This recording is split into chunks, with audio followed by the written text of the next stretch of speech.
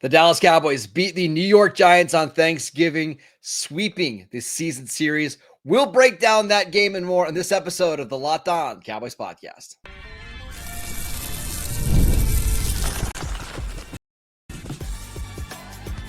You are Locked On Cowboys, your daily Dallas Cowboys podcast. Part of the Locked On Podcast Network, your team every day. Welcome back to the Locked On Cowboys podcast, part of the Locked On Podcast Network, your team every day. We'd like to thank you for making us your first listen of the day. Today's episode is brought to you by Gametime. Download the Gametime app, create an account, and use promo code LOCKEDONNFL for $20 off your first purchase. Welcome back. I am your host, Marcus Mosher. You can follow me on Twitter at Marcus_Mosher. Joining me today, as always, is Landon McCool, who you can find on Twitter at McCoolBCB, who you can also find trying to figure out how to say the words, sweeping the season series. Sweeping the season series. Yeah, it's a lot of S's. That's a lot of S's. Yeah. Hey, but you know what's really nice is beating the Giants twice in the same season. The Cowboys win 27-20 on Thanksgiving. The game was not as close as that final score indicates. It started out slow, Landon, but the Cowboys did get a win here. Yeah, and actually, I think this is a lot kind of what we predicted, we thought would happen, right? That the Cowboys would mostly dominate the game using their defense, and then maybe the Giants kind of score a touchdown late to make it look a lot closer than it was. It just I think the bottom line, the top line, the top line, the headline here is the Dallas defense, right? And how they played in this game. It just feels like they're gaining more and more confidence each week as they're getting healthier. We didn't get Trayvon Diggs in this game, so we are going to have to wait another week before we ever see, if we ever see, our starting three corners. I'm just convinced it won't happen. Like, there'll be some kind of injury midweek. It won't happen.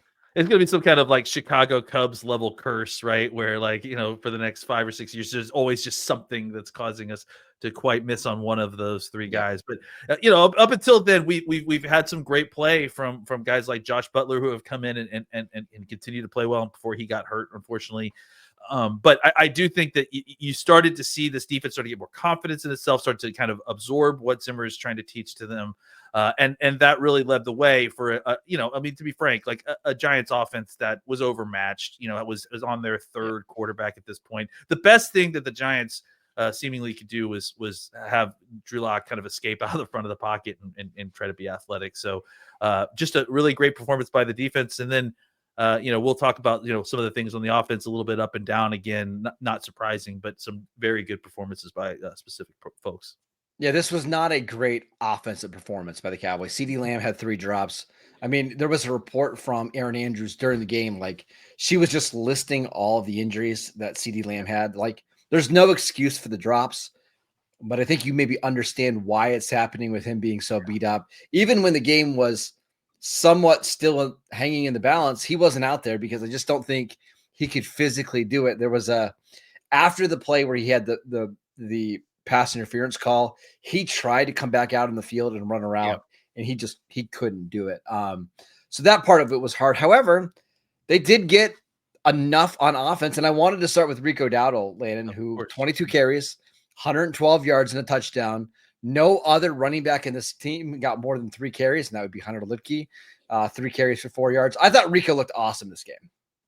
Yeah, I mean, again, they it's too bad that we're in the 13th week of the season, and they're still trying to find the upper limit of where Rico's effectiveness is, right? Like, it's kind of sad that we've gotten this far, and this is the first time that he's gotten 22 carries, because it seems like to me every single time they've increased the amount of carries, he's given them good returns. We talked about how last week was his best game.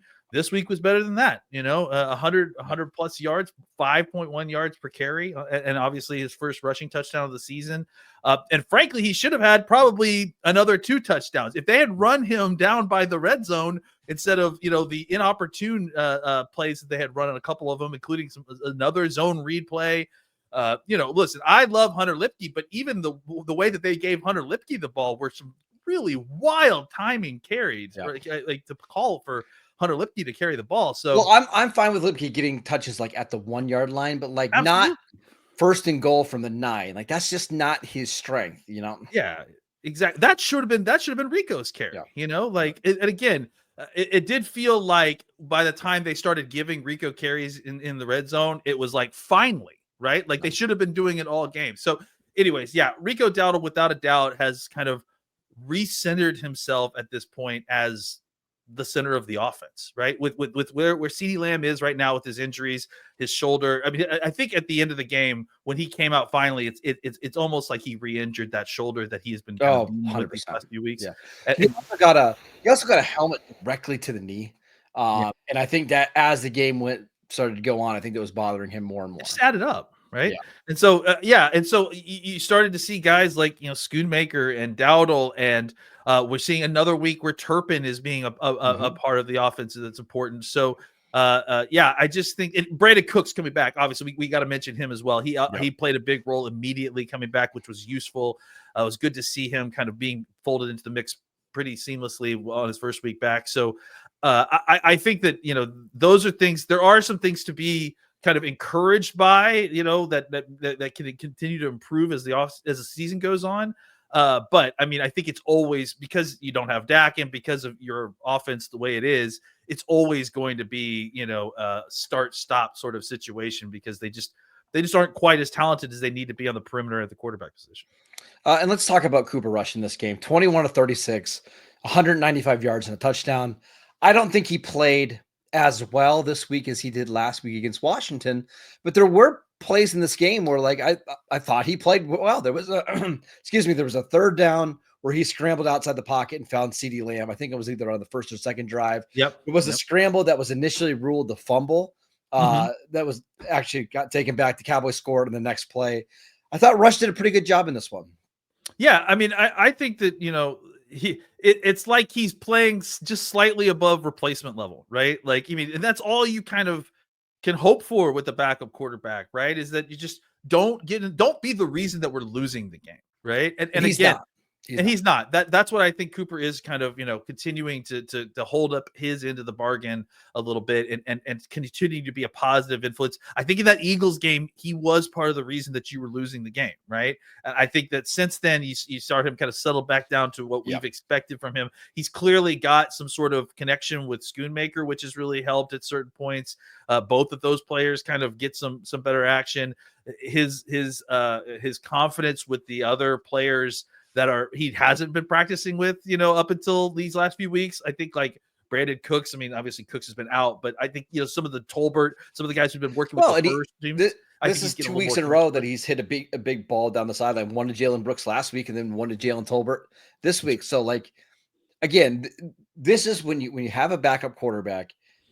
I would say this is at like the higher end of your expectations. Like, this is just what you want. You're hoping he doesn't turn the ball over. You're hoping that he can run the offense at a reasonable level, and I think Cooper Rush is doing that.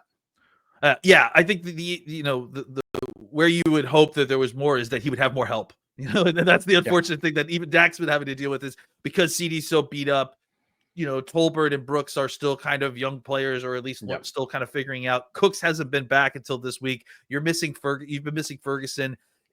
I think in the context of that, Cooper did have a really good game considering all that he's having to manage, and he's dealing with basically backups himself. So, kudos to him on that part, especially. Yeah.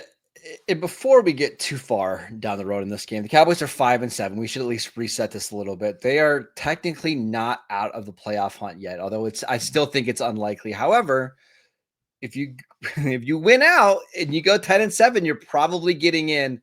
I just don't see that happening. But I think the more encouraging thing is they're just playing more. They're playing better football, and they're playing more complementary football. They're not turning the ball over, which was a massive issue in the first 8 weeks of the season.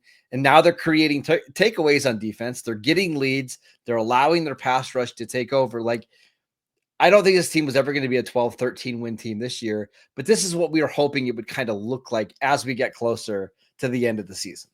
Yeah. I mean, again, I think when we go back and do kind of the autopsy on this season, I think the thing that we're going to find more than anything else is that the timelines were just wrong, right? Like, they were wrong about the developmental timeline on the offensive line. Not that it would happen, but just when it would happen, right? They were wrong about how long it would take this defense to kind of absorb Zimmer's coaching. I think we were all wrong about the timeline on when they would be ready to get a running back and some of these other things.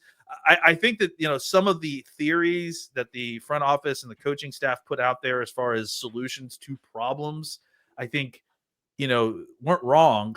I think the timing was very, very wrong, which, might as well be the same thing. But I do think it does make you encouraged that this team isn't like completely untalented the way that they sure seemed early in the season. Yeah. All right, let's talk about the defense, because I thought they were fantastic on Thursday. Let's break down their performance next. This episode is brought to you by Gametime. Gametime is the only ticketing app that I use when I want to go see my favorite team play. Gametime Picks filters out the fluff to show you only the incredible deals on great seats, so you don't have to waste your time searching through thousands of tickets. There are so many great features on the Gametime app, but one of my favorite is the all-in pricing. You can toggle this feature and it'll show you your total upfront with no surprise fees at checkout. Plus, you can get a panoramic view from your seat in the app before you buy, and they have the lowest price guarantee, or Gametime will credit you 110% of the difference. Take the guesswork out of buying tickets with Gametime. Download the Gametime app, create an account, and use promo code LOCKEDONNFL for $20 off your first purchase. Terms apply. Again, create an account, redeem promo code LOCKEDONNFL for $20 off. Download Gametime today. What time is it? Gametime. Welcome back to the Locked On Cowboys podcast. We'd like to thank you for making us your first listen of the day. Landon, let's talk about the Cowboys defense, because they started the game off slow. They allowed an opening drive touchdown, 13 plays for 70 yards. I believe the Giants attempted 2 passes on that drive. Yes. It was mostly just Drew Lock scrambles, but one of the things about a good defense is how do you respond, right? When you give up a touchdown, do you let it continue to avalanche on you, or do you step up? And their defense, and the next 9 drives till basically the end of the game, interception for a touchdown, overshown, punt, field goal. The field goal they allowed was a 1-yard field goal they allowed 1 yard on that drive after the turnover on downs. Punt, end of half, fumble, field goal, punt. That was their next 9 drives, 70 total yards allowed. Yeah, I mean, just a really, really dominant performance. And frankly, I think you and I are talking about it. You really feel like maybe you could write off a little bit of that early first drive to the Cowboys not being aware that they were going to be playing Drew Lock until the very last minute. And some of the most successful thing that happened on those drives were the Drew Lock scrambles. I did think it was funny that the first drives featured the Cowboys throwing the ball 9 times and only running the ball 1 time, and basically you got the inverse from the Giants. I do think that one of the things that you and I talked about before the show was that it's frustrating that is something that Zimmer, you pointed out that Zimmer, kind of does this, right, where he allows early game touchdowns and then makes adjustments. And that's kind of, it's frustrating, but at the same time, we've dealt with the alternate, right, where coaches don't make adjustments or make only slight adjustments. It feels like Zimmer does a really good job of evaluating what's happening to his defense and then making the adjustments where he can with personnel. And now that he has more personnel to do something about it, it feels like they're able to do more. Listen, I think we can't go any further without recognizing that there are players on this defense that have really started to step up and elevate their game. The first guy we obviously have to mention is DeMarvion Overshown. Just an outstanding performance. If I'm not mistaken, obviously the pick 6 interception that he basically created by himself with the tip pass. He also had a fumble recovery, if I'm not mistaken. Just a number of tackles and just was all over the field. I think having him play behind a improved defensive tackle rotation, which Oso, Digizua, and Mazi, again, stacking good games, I think has made a huge difference in the effectiveness of this defense. Because really, if you think about it, even since early in the season, you did feel like at times that if the Cowboys were able to get into clear passing down situations, they were able to attack quarterbacks and they were able to have some success. Even when things were going poorly with the Cowboys defense, that was something that you felt like they could do. This problem was they couldn't get into those situations. They couldn't, they get to third down in the first place. Now where we're at, the defensive tackle play, the defensive line play overall has gotten to the point where they are able to kind of stop the run well enough to get themselves into passing situations. And they're continuing to crush those clear passing down situations and win. So I think as the Cowboys defense gets healthier and healthier, this is a good formula. We'll see how well they're able to continue to stop the run against some of these more difficult teams. Like we're going to have to play Philadelphia again. So, we'll see how that works out. But I do think that that's kind of been the secret for this defense is really the dual track of getting healthier and just really better play. And then just getting a little bit better internalization of what Zimmer's trying to teach these guys. Yeah. Overshown was really fun yesterday. He still misses a lot of tackles, and we actually talked about this on our Wednesday show. He missed 3 tackles, and if you go look at his PFF grade, it's maybe not as good as you think it would be because of the missed tackles. If you can figure that out, he's going to be an all-pro linebacker. I have absolutely no doubt about that. We should mention Micah Parsons, who I mean, I guess so. This was we knew going into this game it was going to be a favorable matchup. He still faced a double team or chip on most of his rushes.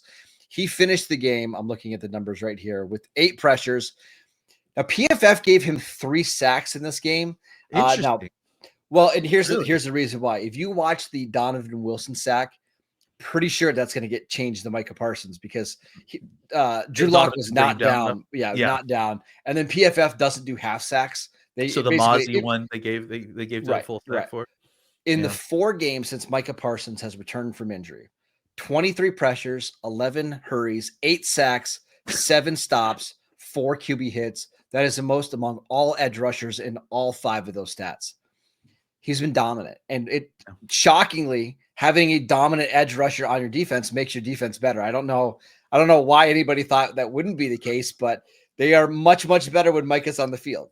Well, they're a better football team when Micah's on the field. Overall, look, I mean, just look at the tone of this team. Again, I think the big difference to me this year between Micah this year and last year that I've seen is that he really is a leader this year, right? In a way that I think he was always been viewed as the kind of rambunctious, uber talented young kid who's just kind of fun to be around. But is he reliable enough to be a leader yet? He's still kind of a kid. I think he's grown up a lot this year, honestly. It feels like, he's talking right. He's talking about the team. He's talking about not quitting. He's talking about never giving up. His tone, his attitude, I think has been a lot more focused on, being that kind of right leader. And his play has been outstanding. I think it's been overshadowed. I saw somebody on Twitter or on Blue Sky or one of these a few days ago talking about is Micah Parsons even elite anymore? And I'm like, are you guys watching the game? I mean, the NFL is forcing you to watch our terrible team week to week because of all these primetime games. You should at least be watching the elite players that are on these games. I just think, his impact obviously on the field is very, very hard to measure, though it is clear, the quality of the defense. But his presence in the locker room and on the sideline, and just as somebody who is not allowing this team to kind of quit, I think that's something that's been really surprising and incredible to see. And I really look forward to seeing, what kind of leader he can develop to be. Let's just touch on Mozzie Smith really quickly. Yeah. I don't think he played maybe quite as well as he did against Washington, but I think he still played generally pretty good in this game. Had a half a sack, did a little bit more as a pass rusher. I just think what we've seen from him over the last 4 weeks is pretty easily his best month of football of his career. I think we are trending in the right direction. Yeah, well, I think what it is that, it goes from bad, good, bad, right? To bad, good, bad, good. And now we're in an area where it's good. Yeah. Good. It's but I'm talking about game wide, sort of samples. And I think that's what we're seeing is that, he didn't have as good a week as he probably did last week, but he had a good week still this week. And I think the fact that you're stacking multiple now probably 4 games in a row of positive play, I would say, from Mozzie, that's a really good sign. And again, you're seeing the promise of what you saw of him in a draft pick, right? A guy who can dominate, who's big and strong, who can dominate the line of scrimmage. He's tossing offensive linemen here and there. And then also a guy who can win on a swim move and suddenly be in the backfield and hitting the quarterback in a passing situation, not consistently, but he can be part of a rotation and a force in the passing game as well. I think, a lot of promise for what we can potentially see in an offseason. I'm excited to see how it works out for him. All right, let's talk about some players that had unexpected great maybe it's a little strong one. Unexpected good performances on Thursday. We will get to that next. This episode is brought to you by FanDuel. Get ready to tackle the NFL action with FanDuel, America's #1 sportsbook, because right now, new customers can bet $5 and get $150 in bonus bets if you win.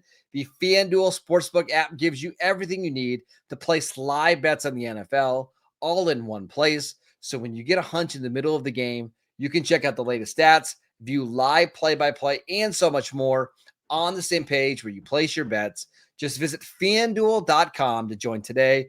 You'll get started with $150 in bonus bets if you win your first $5 bet. It's a great week to start betting on the NFL. We've got some amazing games on Sunday afternoon, including Bengals, Steelers, Ravens, Eagles, and then Sunday night, we've got the 49ers and the Bills. Go visit FanDuel.com and never waste a hunch and make every moment more with FanDuel, an official sportsbook partner of the NFL. Welcome back to the Locked On Cowboys podcast. We'd like to thank you for making us your first listen of the day. For your second listen, check out the new Locked On NFL show. 2 shows every single day. 1 in the morning with Tyler Rowland, 1 in the afternoon with Tony Wiggins, available wherever you get your podcasts. All right, Landon, let's talk about some unexpected performances here in Week 13. And I want to go with Carl Lawson, who had 5 pressures in this game. He recorded a sack. It seems like over the last couple of weeks, he's really started to come on, not in a massive way, but I think he's giving you quality depth at the edge rusher position. Again, it's just a shame that they've been without Micah Parsons for a majority of the year, DeMarcus Lawrence, Marshawn Nealon, Sam Williams. Like, if they even had 2 of those guys in addition to Carl Lawson, I think this defensive line would have been more than fine. Yeah, I mean, that's what happens when you have injuries, right? Is that you got role players who end up having to play more than they should, right? And that's kind of what happened to Carl Lawson. Now he's sort of fitting back into the role that he's probably comfortable with, something in the area of 10 to 15 snaps at the most, right? Like, and just being a guy who can come in and play, give you positive snaps as a pass rusher and as a run defender, but limited, right? You just don't want to overexpose him. And I think that's been the issue, is that because of all the injuries, he's just had to play a lot more football than you would have liked. Now you start to see, hopefully Nealon coming again back. You're starting to see some of the other, Golson playing some more snaps in a positive manner. Obviously Parsons back. So you're starting to see guys like Lawson play an appropriate amount of snaps, and that gives them a little bit better efficiency, right? They on a per snap basis, they become better players and they start being playmakers. So I think Carl Lawson, a veteran, right, is a guy who's kind of fitting back into his role, starting to show out a little bit more. I would bring him back next year. He's only 29. Like, again, if you're going to bring him back to play 20 snaps a game, certainly if he can stay healthy for the remainder of this year, which has always been a big issue for Lawson, like, I think he's shown enough to be your edge 4 or edge 5. Yeah, I mean, again, because you've got 2 young players that are going to be coming off, or at least Sam Williams coming off the injury list. So you're going to have some depth there. And again, you're not signing him for a role other than being a rotational defensive end who can come in and give you quality down roster snaps at a position you've got to rotate. I think of the guy that I thought had a surprising performance, just because it's been up and down a little bit for him this season, but it was great to see him have a big good game, was Donovan Wilson, right? It's just like a lot more. You're starting to see Zimmer use him more as an attacker, which I think is his best bet, right? Coming down as a blitzer, as a pass and run blitzer.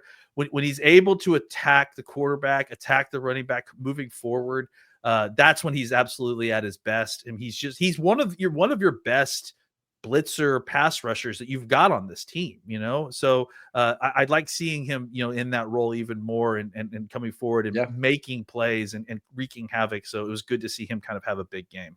I got another one, and this one was very surprising because I didn't think this guy was going to play on Thursday, and that's Brock Hoffman. Like, I was watching the game with my brother, and I'm like, why is Brock Hoffman starting over TJ Bass? I think you and I maybe just assumed that Bass would be the starter at right guard. We talked about Bass on Wednesday's show.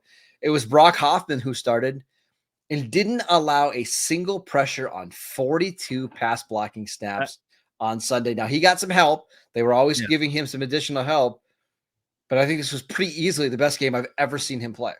I said it on social media. I have to mea culpa this. I think I was wrong about Brock Hoffman. And this isn't just because of this game. Like, this is the next data point in the series of positive data points that we've gotten from Brock Hoffman this offseason, right? Like, I didn't feel like I wanted him as the starter long-term as center, but he did such a great job, getting his body right and getting his mind right in the offseason.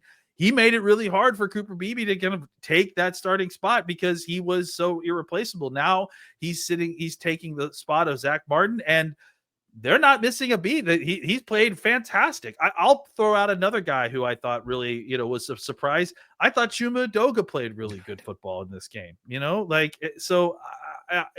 think the Cowboys, I'm really shocked by the Cowboys offensive line. They're rotating guys in there. It feels like every week they have a new lineup because of the injuries that they've had to deal with. But it doesn't really matter who's coming in. It's Awesome Richards, it's TJ Bass, it's Brock Hoffman, it's Chuma Edoga, it's Matt Waletzko at times, doing some other stuff. It doesn't seem to matter who they bring in. They seem to play decently. And look, for some of the positive and negatives we've seen from this offensive line coach and this head coach, I give them their kudos. They have managed to do this without missing too much of a beat. Yeah, I think this is, and we've talked about this in the offseason with Mike McCarthy. It's like there are a lot of flaws in McCarthy, but one of the things he has not done is let injuries be an excuse for their offense, where we've seen in previous coaching staffs, the last one, where you have a single offensive line injury and it would be devastating to your chances on offense, where in this one, I mean, you have guys starting that we didn't even think were going to start. You're down to your third string left tackle who has like 3 days of practice in him, and you're running the ball better than you ever did at any point this year. I wanted to go back to Hoffman really quickly. Because I was reading a thread by John Owning, our good friend today, about TJ Bass versus Hoffman. He made it. I liked the point he made. He said he thinks that TJ Bass is the better overall player. But he thinks that the temperament of Brock Hoffman is what this offensive line really has missed and needs. Absolutely. And maybe that's what's made them a little bit better of a running team over the last couple of weeks. I think that that's an absolutely important point, and it's a great point. And I think that the reason that Brock Hoffman has been kept around and the reason they didn't want to not give him chance after chance after chance to start is because of what you just described, right? Is that they needed that level. They needed somebody to be that level of nasty that's going to start fights, that's going to be physical, that's going to set the tone. And I think what's happened is that you've seen Brock Hoffman's body catch up a little bit to his mentality. You're starting to see his physical. The problem is that he was undersized last year, and this year he gained. He obviously was one of the offseason award winners. Really worked hard to kind of get some strength. He's still not quite there. He's still an undersized guard, I would say. But I think the difference is that he's, at least average guard sized, but he plays like he's 50 pounds, heavier because he's just so mean and so tough. I mean, just shot after shot of him tossing dudes, sitting on guys, like having them get down and then just flopping on top of them on purpose. And starting fights. He does need to be careful a little bit, but again, that's what you gotta have. You gotta have those Ragnarok guys that will throw their coach up against the wall. You need those guys that do not care. Not care, Honey Badger style, and that will eliminate any of these defensive linemen that want to come in and do something to their quarterback. Want to get tough. You need those guys, bodyguards. Last thing on Hoffman, there was a 2-play sequence when I was watching the tape this morning where I think it was against Raheem Noches. Nunez Roches, yeah. Nunez Roches. He got Raheem on the ground, and then as Raheem was getting up, he pushed his head back into the ground. It was amazing. On the next play, Raheem basically punches Brock Hoffman in the face, and he gets into almost like a fist fight. But because he's fighting Brock Hoffman, Dowdle runs right through the gap. He's more concerned about fighting Brock Hoffman than to seal his gap, and Dowdle gets a big play in the next run. It's not, I think over time, maybe that kind of stuff can get exposed, right? I think you could teach your guys not to take the bait, but for a guy to come off the bench and give you that kind of attitude and grit and toughness, it's exactly what you need from your 6 offensive linemen. Yeah, he's the Jordan Lewis of the offense in some ways, where he's like, man, the dude he does it all with grit and toughness and smarts, and it's enough. He's physical, just physical enough to kind of get by, but everything else about that dude is off the charts. And look, another offseason, if he can get even a little bit stronger, I mean, I'm excited to see. Now I'm excited to see where this guy goes. He's truly proven me wrong. I'm excited to see where he goes. I think you feel good about your depth on the offensive line, even if Zach Martin were to retire this offseason. I mean, you're not going to be as good, but I think you feel like, okay, hey, we have potential solutions without having to feel like we have to go spend our first round pick on a right guard, right? And I think that's important. All right, that is it for today's show. We want to thank you for making Locked On Cowboys your first listen every single day.